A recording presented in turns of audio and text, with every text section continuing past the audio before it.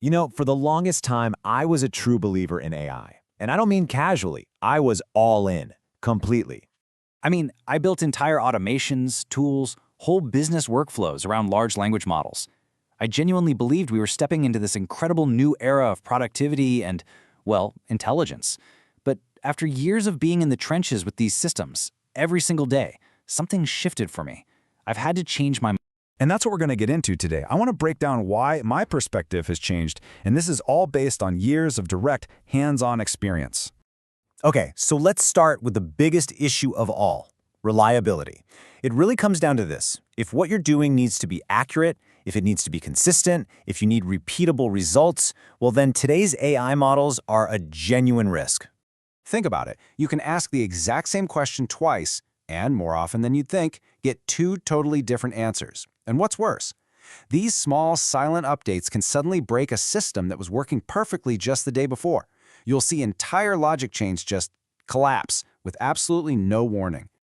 Honestly, using these models, it feels like you're trying to build a house on unstable ground. Everything looks and feels solid, right up until the moment it suddenly fails.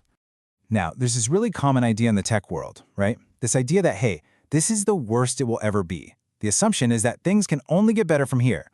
And while that thought is, well, it's reassuring, isn't it? The problem is, it just isn't true. I've personally watched workflows that ran flawlessly on older models become completely unusable on the newer versions. It's wild. We're seeing capabilities actually regress. Behaviors change overnight. How they handle context becomes totally unreliable. And I think this gets to the heart of it. You just can't lock down or control an intelligence that doesn't fundamentally understand what it's even doing. All right, next up, let's talk about the cost. And I'm not talking about the subscription fee. I'm talking about the cost that nobody seems to want to discuss. The reality is, the amount of time and money you have to pour into building guardrails, safety layers, compliance systems, all those monitoring tools, it often ends up costing more than just hiring a human being to do the same work and do it properly. And the crazy part?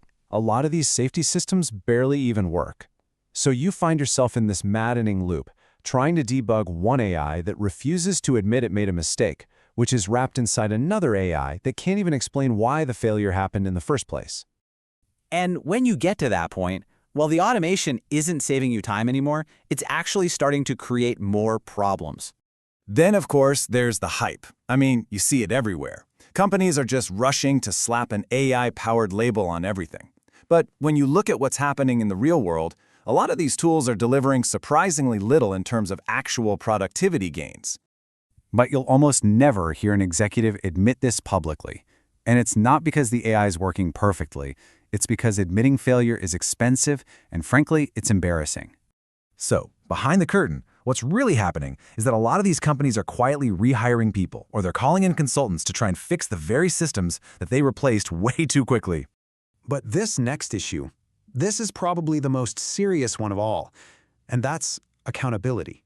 Right now, AI systems are influencing major life decisions. We're talking about hiring, salaries, healthcare choices, credit approvals, even legal outcomes.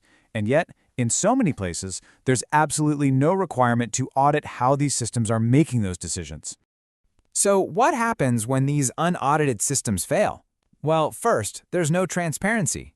Then, there's no clear line of responsibility. And finally, there are no real consequences. What this does is it creates this massive zone of plausible deniability for companies, and it doesn't matter if the harm they cause is intentional or just an accident. Look, I work with these tools every single day. I have, pretty much since the beginning. And based on everything I'm seeing, it feels like we're in one of two places. Either we've hit a long, flat performance plateau, or we're actually watching the very foundations start to crack. Now, to be clear, this isn't me saying it's the end of AI. But it is, for me, and I think for many others, the end of blind belief.